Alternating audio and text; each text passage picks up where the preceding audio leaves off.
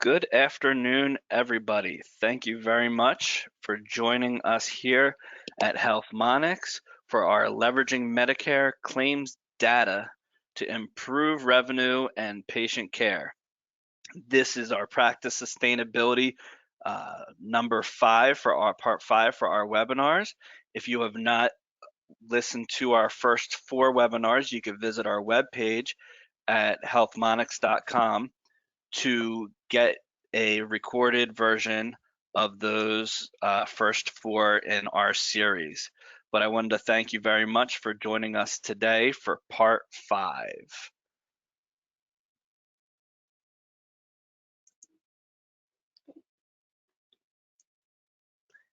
Today we're going to have Lauren Patrick, the president and CEO of HealthMonix, and myself, Mike Lewis, as the MIPS specialist, here to help you through this webinar, as well as answer the questions that you may have. If you look at on your right-hand side of your screen, you'll see that there are handout section that has all of the slides, as well as you can ask questions that we will get to at the end of the webinar. For those questions that we do not get to, we will be following up with everybody who asks a question during this webinar. Before I turn it over to Lauren, I wanted to put out a quick poll for everybody and see what your answers are for this quick poll. So please take a second and fill this out. I'm going to launch the poll right now.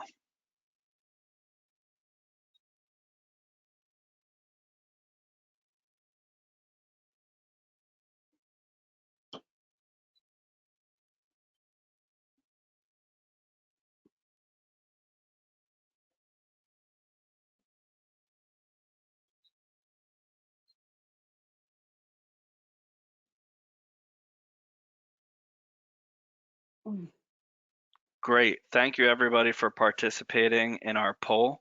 There'll be some more survey questions at the end following the webinar, but without further ado, I would like to turn it over to Lauren Patrick. Thanks, Mike. So today we're going to talk about Medicare cost of care and how we can work to understand the total cost of care for our patients, the cost of care as it applies to various hospitalization episodes, and what we can do to utilize that data to both get a better score in the MIPS program, of course, but also to work towards other optimization in terms of care, looking at things like reducing variability in care, looking at bettering our HCC scoring for those of you that are familiar with that, and thinking about strengthening our referral networks and why that's important and how we can utilize this data to really drill into that and do a better job. So HealthMonix has been involved in MIPS and registry reporting for about 10 years. We take it seriously. We're not here just to pass through the data, but we really want to get the data consolidated and help practices understand where they're doing well and where there are potential gaps in the work that's being done and the care that's being given. Up till now, that's been focused primarily on the quality metrics that go into MIPS. We've done some work in terms of improvement activities as well. But based on regulations from CMS, we know that the cost component of MIPS is mandated to rise to 30% of the calculation of a provider's MIPS score by 2020. One of the regulations that controls the QPP MIPS reporting is the fact that the cost plus quality has to remain at 60% of the MIPS score that's used to calculate incentives and penalties in the program. Therefore, cost is going to be as big a factor in the future as the quality metrics that we already collect. And we know that we all spend a great deal of time working on quality. So certainly cost should be considered as well in terms of what we can do to optimize it. In terms of ROI, why look at cost? Well, besides the fact that I believe you can use some of the data to really improve your revenue, improve your care, there's also a MIPS ROI. So when we look at it, for a sample practice, and this is just one, I mean, every practice is different. But if we focus on some of the metrics that are included in the MIPS program, where we can really achieve benefit is by reducing our cost, increasing our points from the MIPS perspective, and looking at additional revenue to our practice.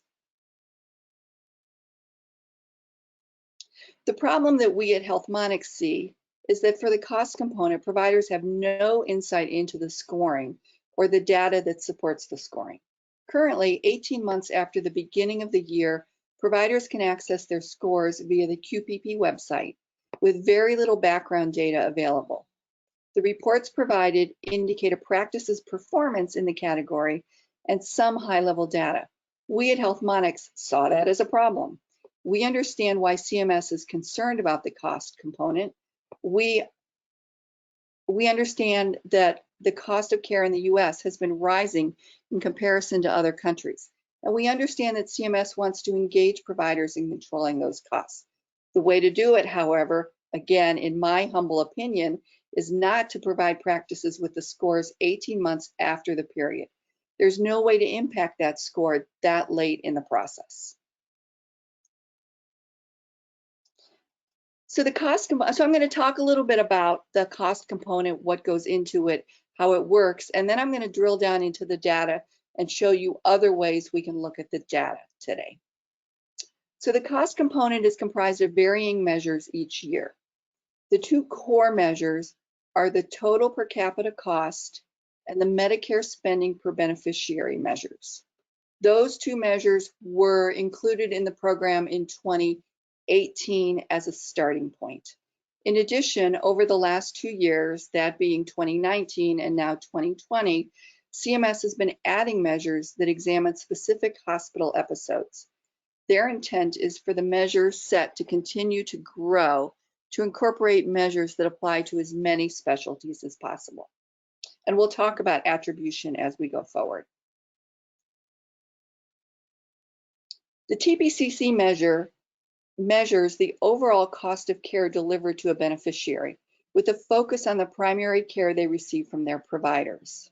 The measure is attributed to a clinician who is identified by their TIN-NPI combo and their group. The TPCC measure can be attributed at the TIN or the TIN-NPI level.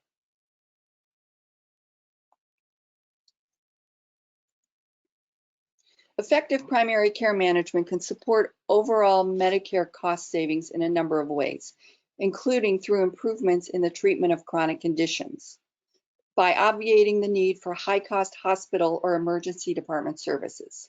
So you can see here that while the primary care cost is around 5 to 7% for a Medicare beneficiary, the TIN-NPI that's getting attributed this particular measure is getting attributed the total cost.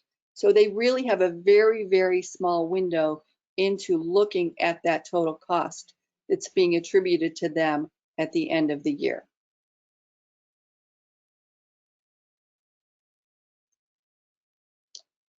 The Medicare spending per beneficiary, on the other hand, assesses the cost to Medicare as a result of services provided by an individual clinician during a hospital episode.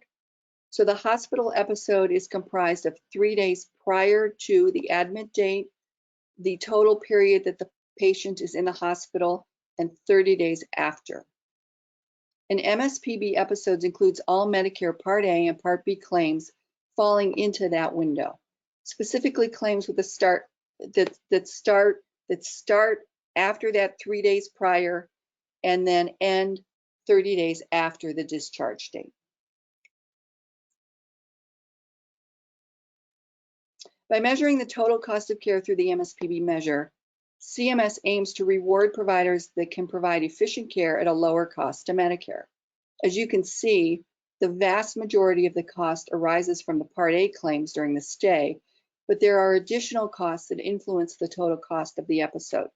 CMS is really leaning on providers to assist in lowering that total cost of a hospital stay. So then we get into the episode-based measures. Episode-based measures differ from the other two measures because their specifications only include items and services that are related to the episode of care for the clinical condition, as opposed to including all the services that are provided to the patient over a given time.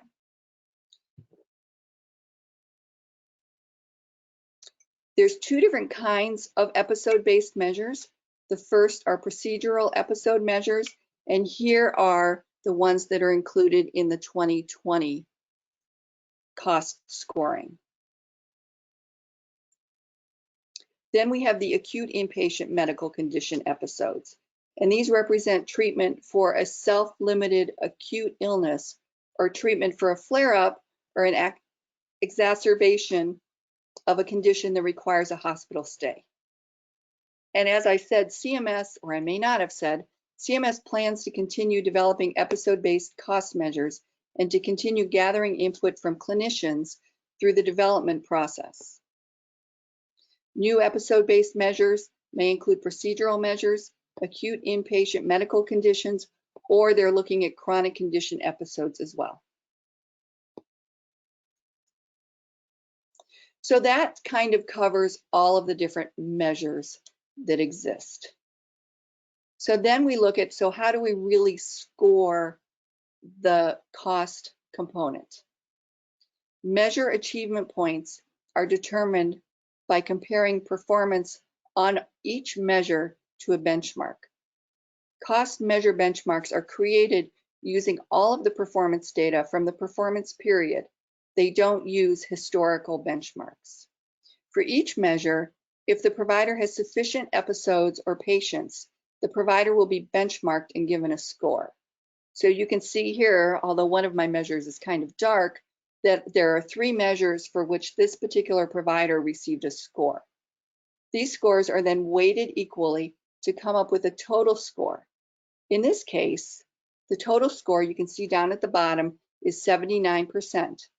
And because in the year of 2019, cost is weighted at 15 points, they would receive almost 12 points.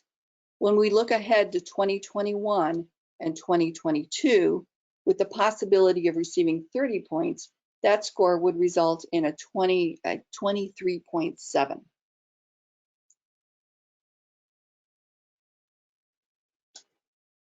So that kind of gives you a really, really quick overview of cost. Certainly not in depth. Happy to talk to you afterwards about how some of those measures are calculated. But again, we saw the challenge as providers receiving these scores 18 months later and not really being able to affect them. So we kind of started poking around, and we found that CMS had opened access specifically to QCDRs, to registries such as HealthMonix, to something called the Qualified Entity Program.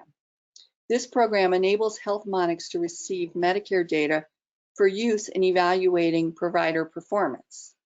We've been certified as a qualified entity so that we can provide these analyses. We can look at drill downs based on our clinical data combined with this Medicare data, cost data that we're receiving.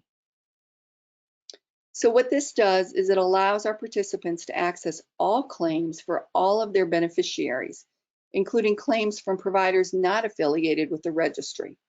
Once this data is received and loaded into our system, we can then provide insight into the MIPS cost measures so that providers and practices can understand and improve their scores. In addition, with the additional data, providers can work to provide better care pathways, stronger referral networks, and reduce unnecessary treatments and procedures. So we're really seeing this as a win for the providers that we're working with, because not only does it help them with their MIPS score and making changes, but it also allows them to look at practice patterns, which we'll delve into in a moment. So once we achieved qualified entity status, we received the data. So we've received data for several hundred practices that we work with.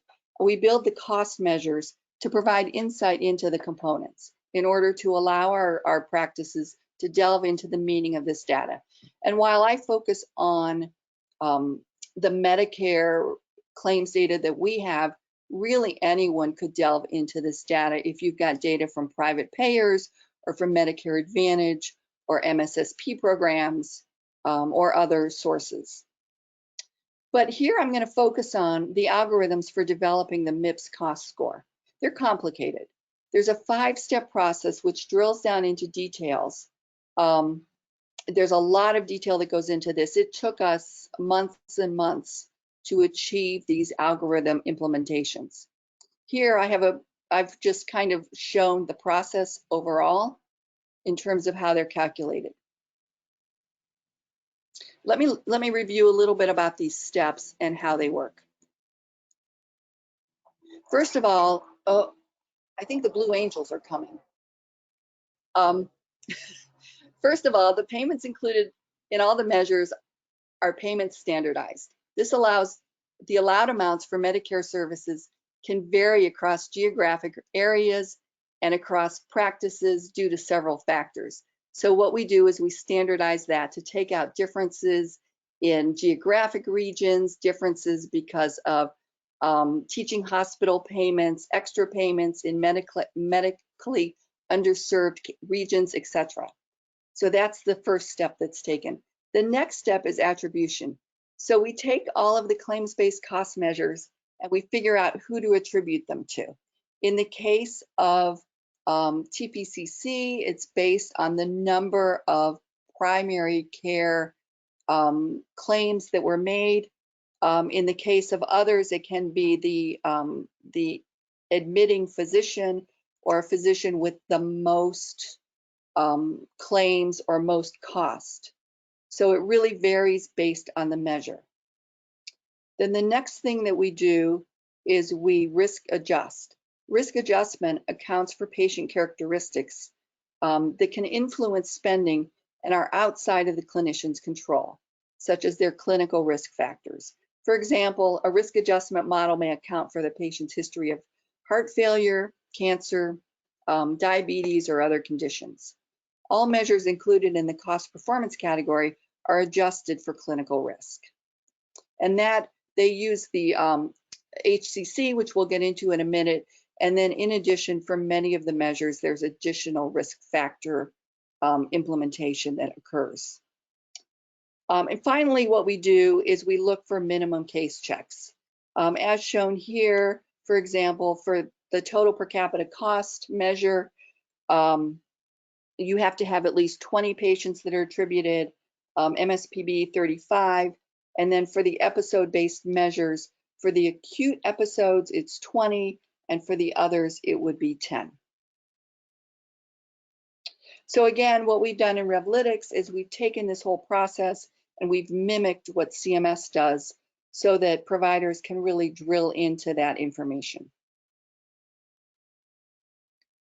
Once we received all this data as a qualified entity, we realized that drilling down into that data provides insight into our costs that allow our providers to work towards driving higher value and appropriate cost care. As we evaluated the measures, we saw that not only does the data help in improving the MIPS cost score, but it enables analysis for other programs such as Medicare Advantage, ACO programs, private payers, and bundled payments.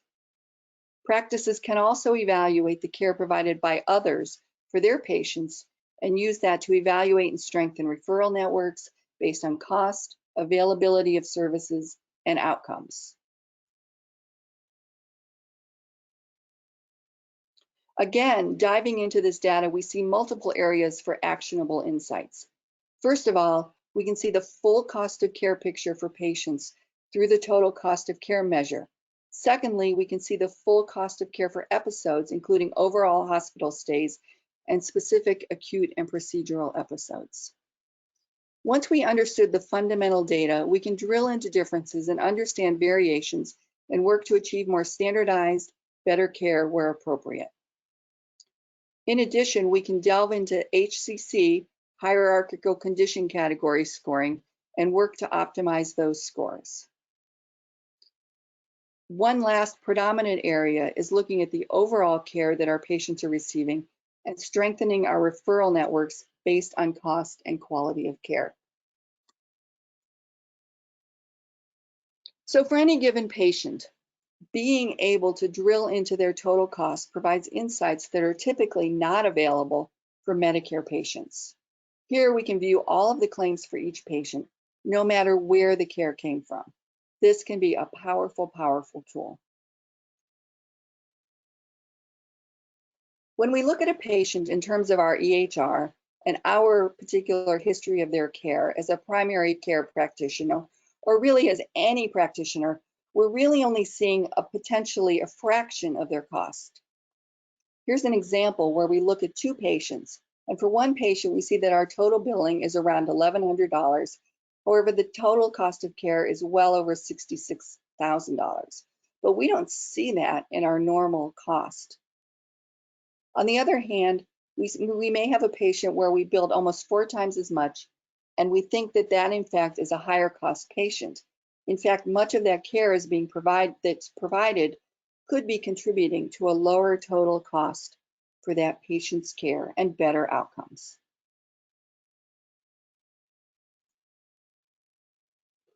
So we know that practice variability exists.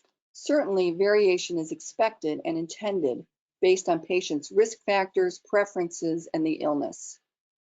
However, what we want to do is preclude variation that's outside of these factors and happens because of other circumstances. Variation's been well documented. Researchers with Dartmouth, for example, found that among 300 hospital referral regions, Medicare spending per patient ranged from more than $15,000 in some areas to below $7,000 in others. So here what we see when we look at our data from CMS, and I think this is from 2018, we can see deciles and we can see the variation in overall cost for one of the measures.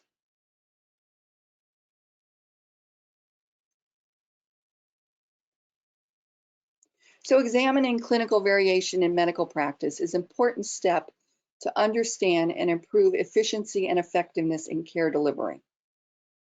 But what we really need to do is we need to look at what are the sources. So obviously one source is the fact that our healthcare system has become so complex. Over the last 50 years, we've witnessed huge changes in how care is delivered and massive growth in complexity. Physicians had a small number of medications to choose from back in the 50s. Now there are more than 10,000 prescription drugs and 300,000 over-the-counter products available in the US. There have been equally profound changes in care delivery options and environments, including imaging technologies, sophisticated ICUs, surgical suites, and a host of other complicated options. Under the current system, care providers are really overwhelmed with complexity. Secondly, there's been an exponentially increasing growth in medical knowledge. Every day we see new clinical trials, we see new publications, we see new standards of care, and it's hard to keep up with all of these changes. That leads to a lack of valid clinical knowledge for some of our providers. They perhaps aren't up to date on the latest standards of care, and there can be an over-reliance on subjective judgment. We've seen this often where physicians have fallen into standard practices in their practices that don't necessarily align with the commonly accepted current standards of care. So variations in care need to be examined in order to work towards optimal care while reducing healthcare cost. We know, for example, as shown by the Choosing Wisely program, that there are many low-value health services delivered that can either be eliminated or replaced by higher value services. And that's what we would hope would happen with some of this data that we're analyzing. So here's an example drawn from our own data from the Qualified Entity Program. This shows that variation across providers. This shows variation across providers within a practice. In this case, we see wide variation in the standardized cost for care across 4 providers in just one practice. The variation in billing within the practice is 70%, while the total cost of care on average is also varying by over 60%. And these are standardized numbers. They're not taking into account, they're not varying based on patient risk scores. So the practice can delve into where the variations are coming from by drilling down into the details by patient, by types of claims and other services billed. Once patterns are identified, best practices can be noted, and the practice can implement a change cycle to better provide care for their patients. So here, once again, we have 2 patients. So within a provider even, we can see 2 patients, both diabetic patients, that have varying cost of care. Looking at it purely from the primary care perspective, one patient received twice as much care as the other. However, drilling down into the total care picture, we can see that the HCC scores for the patients are similar. However, the total cost of care varies widely. Being able to examine this is valuable in identifying where changes can be made to decrease that variability.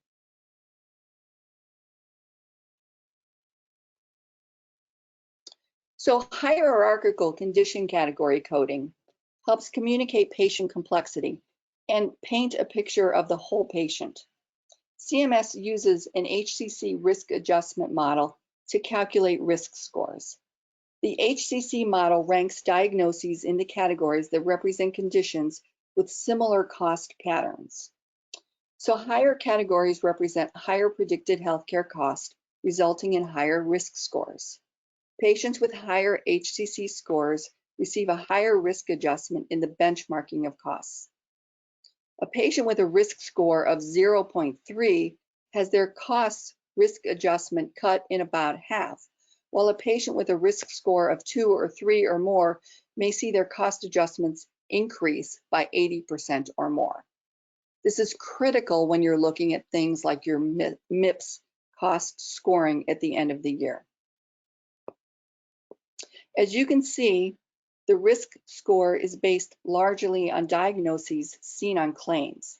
Having insight into the prior claims and working to ensure that proper diagnosis coding is occurring can optimize your payment models.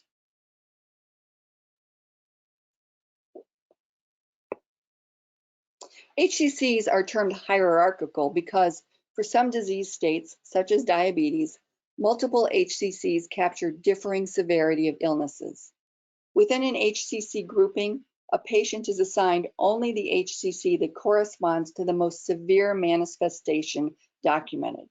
For example, if a review of a beneficiary's claim data finds ICD codes mapped to both HCC 17 and HCC 19, the model would assign only HCC 17 because it is the more severe manifestation of diabetes.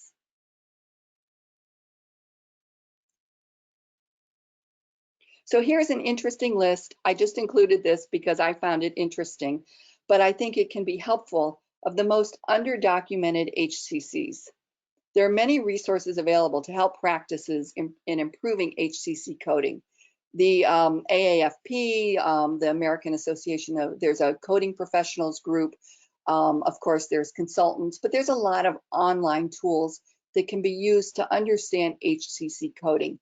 Again, one of the most important concepts is just to make sure that those codes get on the claims, because oftentimes they don't. There are 2 major straightforward mechanisms for improving HCC scores. The first is to ensure appropriate coding at the appropriate level of diagnosis. So for example, this patient's diagnoses were not coded to the highest level possible in the top box. By updating, you can see the increase in the score. And I didn't even include the age component in here, so that would up it even more. Another potential impact on HCC scoring, like I said before, is just not coding all the diagnoses for a patient in the claim. A provider may just code the diagnosis for which the patient presents in a certain visit. If all of the patient's conditions don't get coded on these claims throughout the year, they'll get missed and the patient will be given a lower HCC score in the following year.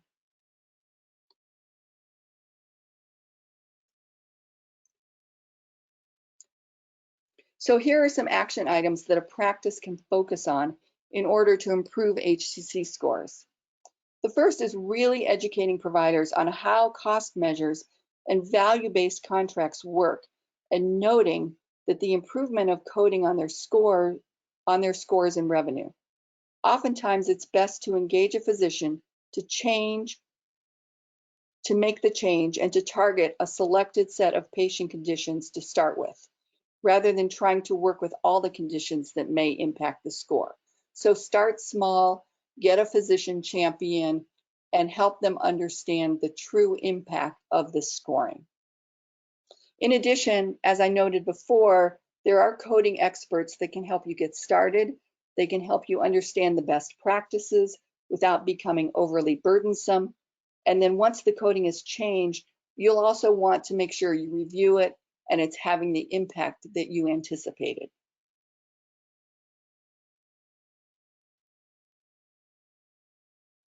So another area I want to talk about is strengthening referral networks.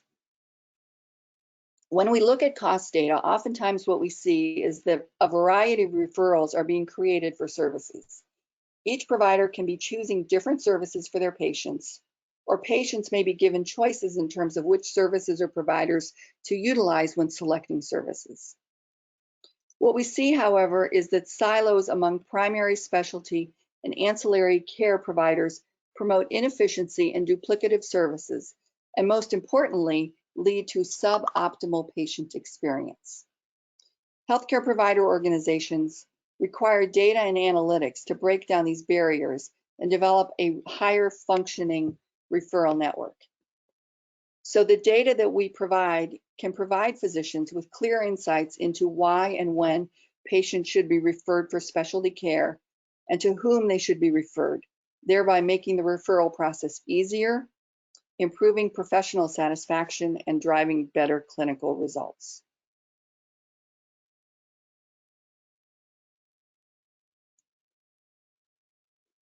So here we're looking at a study from Deloitte that I found.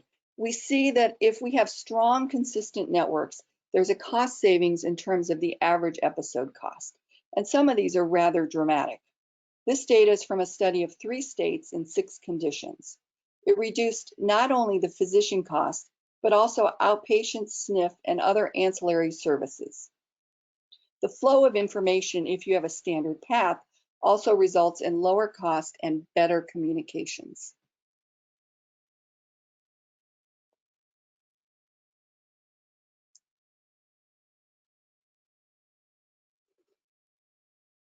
So in order to develop the best referral networks, data from existing referrals can be analyzed and optimal flows can be determined from the data provided.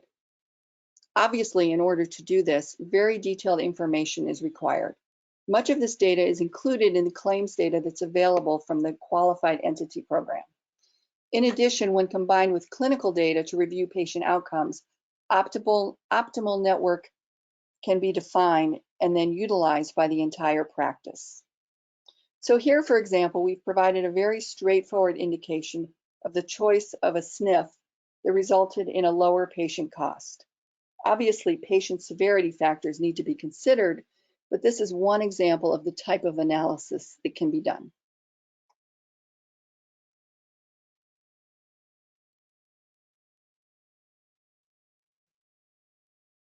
So I've presented a few different actionable insights that can be gleaned from reviewing detailed claims information.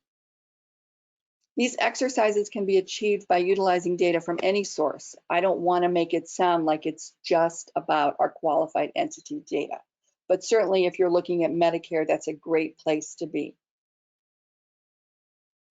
To achieve any change in patterns of care, workflows must be examined, variations identified, and change must be implemented in a disciplined manner. Understanding the data and the patterns is only the first step. After that is completed, physicians and staff need to work together to understand the data and then develop and execute changes in their practice. Once these changes are implemented, the improvements and changes need to be validated, and perhaps the cycle needs to begin again. So this is not necessarily a one-time activity. Oftentimes, we implement a bite-sized change at a time, and then we can go back and we can look at the change and what the impact was of that change. And then from there, we can make further changes and refinement. We'll receive this data from CMS on a quarterly basis. So as you make changes, you should be able to see the impact of those changes, in particular from a Medicare standpoint.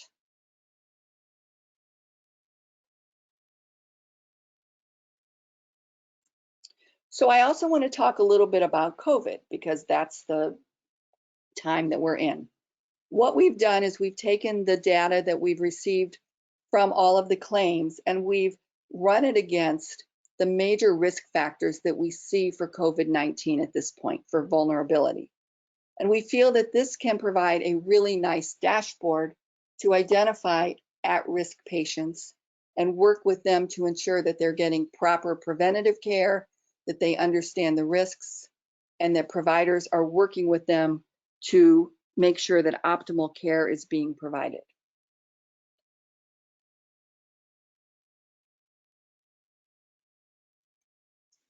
So we understand that during this time, practice sustainability is really, really tough. And what we're doing is we're trying to work with providers to optimize their business models and to focus on bringing care to the practice in a profitable, value-based model.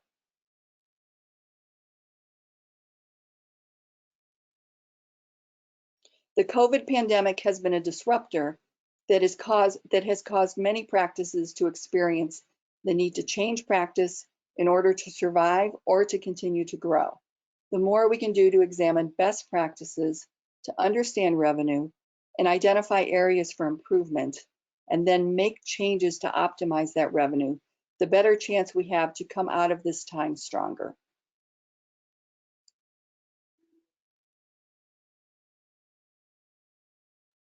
So to review what we've covered today, data is king to understand what's needed in order to achieve best practices.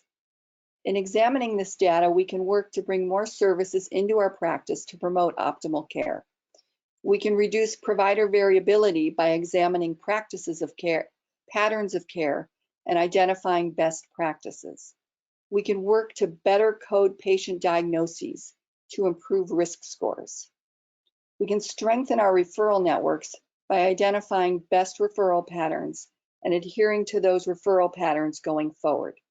We can also work to understand our patients that are most susceptible to the COVID virus and ensure that we provide them with sufficient resources and care. And Mike, I think that's the end of my talk. That was fantastic, Lauren. Thank you very much, and thank you, everybody. This is the time to get your questions in. I have a couple here already, but please ask away. I know this was very informational, this session, and we went deep into a lot of the cost areas and cost categories, so it might take some time for everybody to come up with some more questions. But we are always available here at HealthMonix to answer your questions, even afterward. So ask away. I'll give it a minute to allow the questions to come in, and then we will move forward. Once again, thank you very much, Lauren. They were a great presentation. Thanks. My pleasure.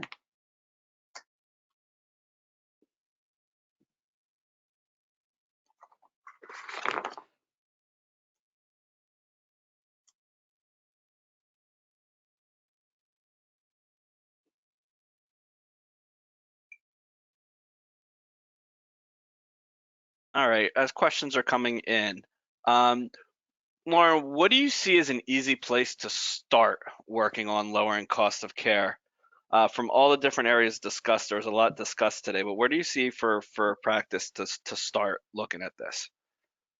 So the answer is it depends, obviously. If you're a primary care, I would say looking at what you can do to make sure that there's that you're working on chronic care management and preventative services. And I think the other component is the referral networks. We just see so much variability in where patients are going within networks. And as I said, the studies just show that the more you can consolidate that and have standard care practices, standard referral networks, the stronger your cost is going to be and the stronger your patient outcomes are going to be. Terrific, thank you. Um, there has been a lot of talk about Medicare and changes from 2019 and now with 2020 here. Where do you see cost, and do you think it'll be scored like do you think it'll be scored like it is in 2020, or is 2019 going to be more of what we're looking forward to? So we were in a kickoff meeting with CMS just last week for 2020. What CMS does with registries is theoretically after the prior year has closed on March 30th, we have a kickoff meeting in the middle of April to talk about the changes and make sure that everything is copacetic in terms of how registries are going to be functioning for that year. In that meeting, of course, one of the main questions that was asked was what's happening with 2020? Because we know that for 2019, CMS backed off a lot, they extended the period, and they also, for individuals, they reduced the cost component. However, they did not reduce it for the for groups. And yesterday, I think we saw an interim rule come out, and in that interim rule, they talked about lots of other components of quality reporting being changed.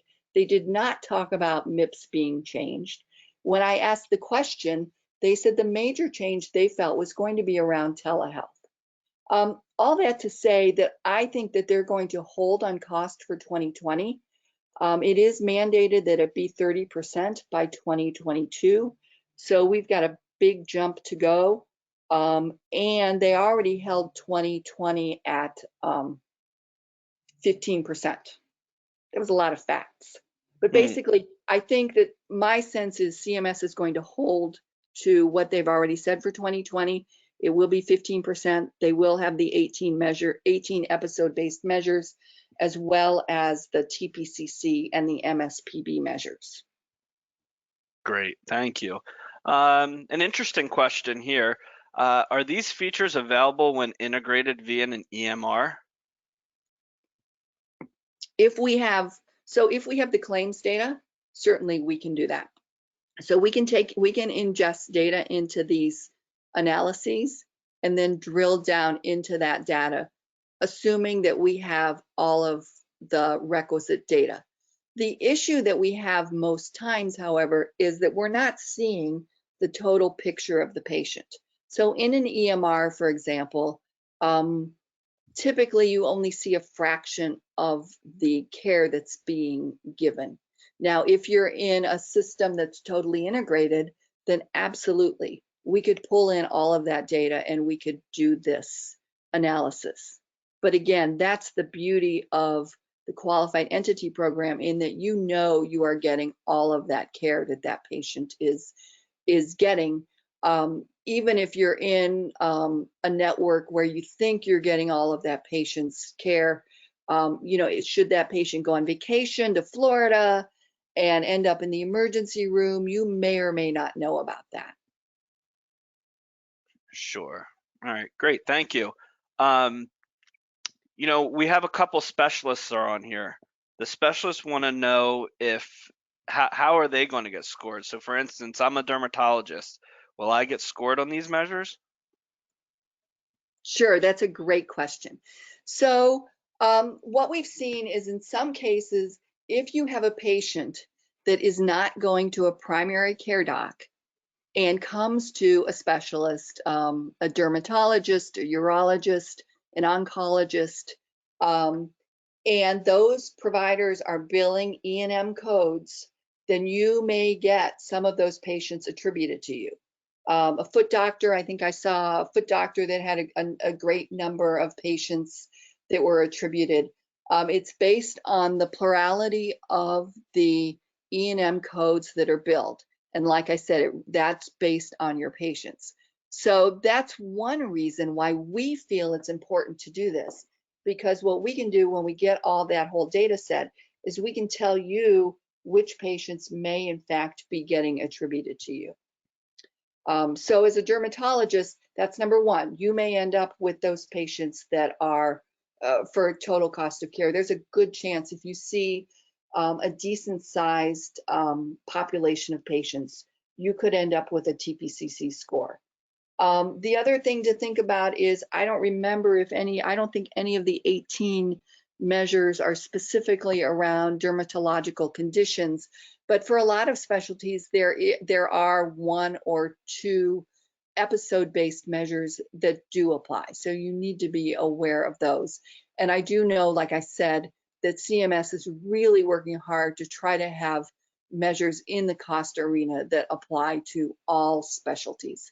So you'll see more and more of those coming to fruition in coming years. Great. This is an interesting one as well. And I know we're probably going to have a webinar in the future about this, but this person asks, I've heard a lot about MVPs. Has there been an update on how cost is going to work with them? So MVPs is a great concept from CMS, but they're not quite so, they're not quite sure how they're going to work yet. To be honest with you, what I've heard is CMS came up with this idea, and it's a valid one. It's like people have a lot of choices, and how are we going to kind of like compare apples to apples in the future? But CMS really doesn't have a good concept of how those MVPs are going to work. Having said that, an MVP is intended to have at least one cost measure in it, so that the cost component does show up as part of the MVP. They are asking specialty societies to come up with those measures as we speak. However, having said that, when a cost measure is developed, even with the ones we see today, they were put out there kind of as a trial in 2017. We gathered data on them. They did not exist in 2018, and then they were put into the program in 2019 and 2020. So MVPs, so that's a long answer. The synopsis is MVPs are intended to have cost measures. CMS is working to try to get cost measures in there, but they may not have enough cost measures to be placed in every MVP going forward. Great. This is a great question. I like this next one.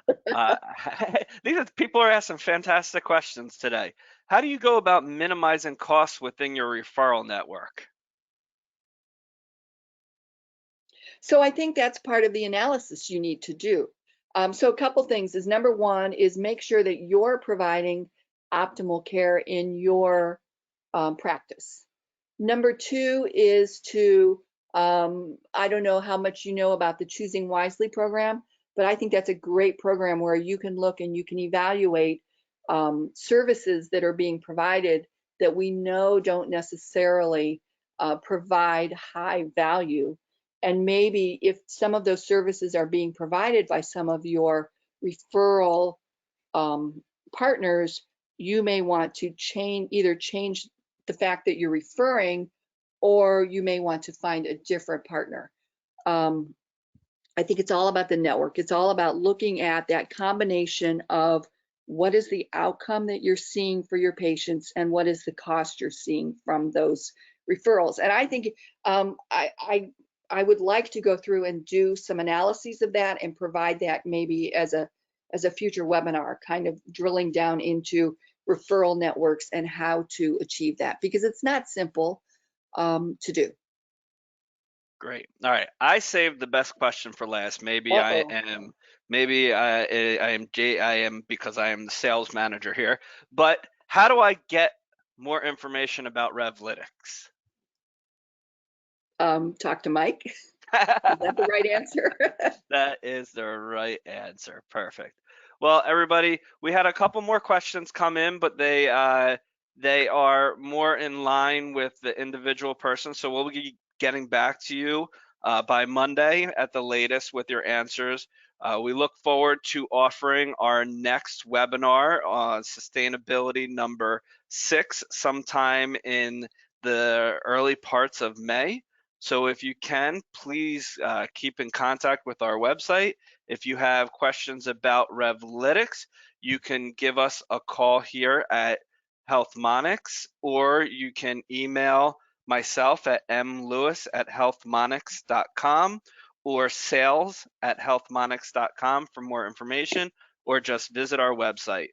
Thank you very much once again, Lauren. We appreciate everybody's attendance here, and everybody have a wonderful weekend. Thank you.